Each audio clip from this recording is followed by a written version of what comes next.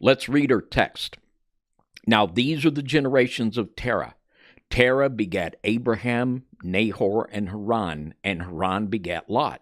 And Haran died before his father Terah in the land of his nativity in Ur of the Chaldees. And Abraham and Nahor took them wives. The name of Abraham's wife was Sarai, and the name of Nahor's wife Milcah, the daughter of Harran, the father of Milcah, and the father of Iscah. But Sarai was barren, she had no child.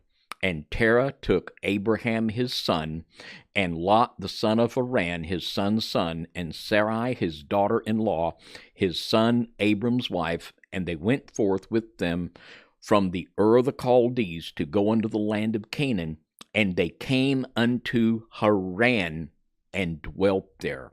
Now, we're going to be seeing the details of the ancient city of Ur and also of Harran. And the site of Harran is where the modern site of Göbekli Tepe is, which is, according to archaeologists, the oldest site on Earth. There has nothing ever been found, according to archaeologists, older than Göbekli Tepe that is there where Abraham went after they came out of the Ur of the Chaldees. And we're going to be showing you the antediluvian significance of this site. And of course, after the flood, this was what was going on. They wanted to rebuild after the flood what was happening before. And the desire to recapture that antediluvian knowledge was what it was all about. And as soon as Babylon, the Tower of Babel took place, well, they went right to work rebuilding cities and rebuilding the ziggurats and trying to get right back into doing this fallen angel intelligence and this fallen angel religion. Now, in Acts chapter 7, we see confirmed in the text here that Abraham was called out of Babylon. This is the call of the remnant out of Babylon in Acts 7. And he said, "Men and brethren and fathers, hearken. The God of glory appeared unto our father Abraham when he was in Mesopotamia, before he dwelt in Harran. And he said unto him, Get thee out of thy country and from thy kindred, and come into the land which I shall shew thee." God appeared to him. And I think about this. What was Abraham the day before God appeared to him? Him and his family, and I believe that Abraham had already come to the truth before God appeared to him, but they were just a family of old moon god worshipers down there with everyone else in Babylon.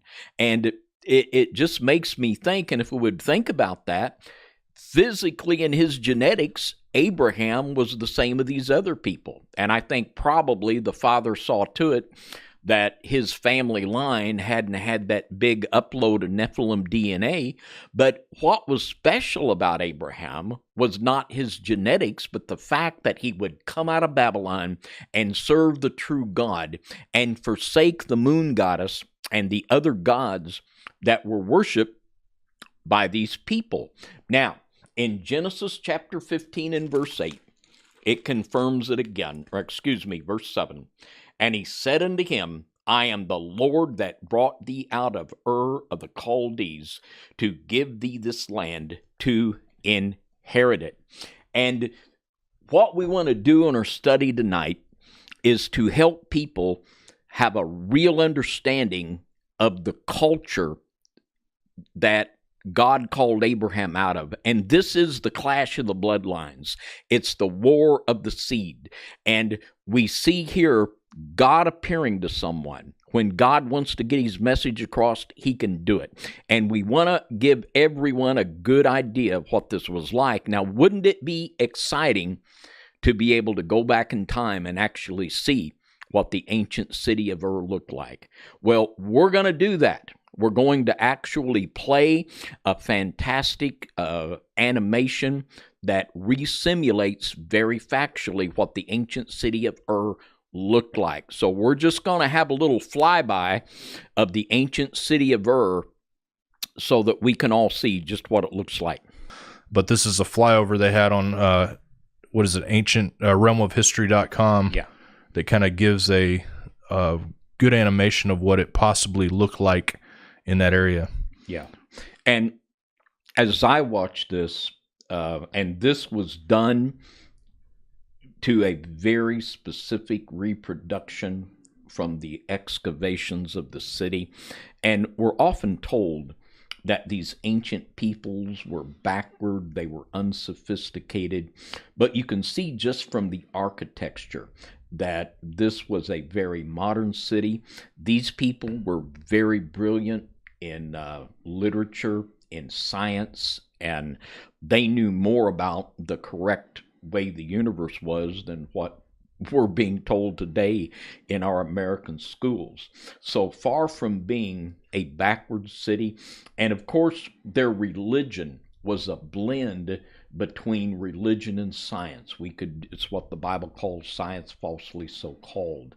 And we see this in the elaborate temples they built, where the ultimate god here that was worshipped by these people was the moon goddess.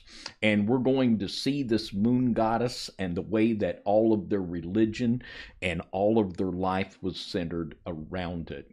And this moon goddess has been perpetuated down through the centuries under many different names. And we're going to be bringing that forward for you and helping to understand the religious and scientific aspects of what the moon goddess of entails. Truly an amazing. I love these animations. We're going to have another little video clip here later, but they do a wonderful job of helping us to really, you read about it in the Bible, but when you see, this wasn't some backward little stop on the road. This was a magnificent modern city. So I think that will help to be able to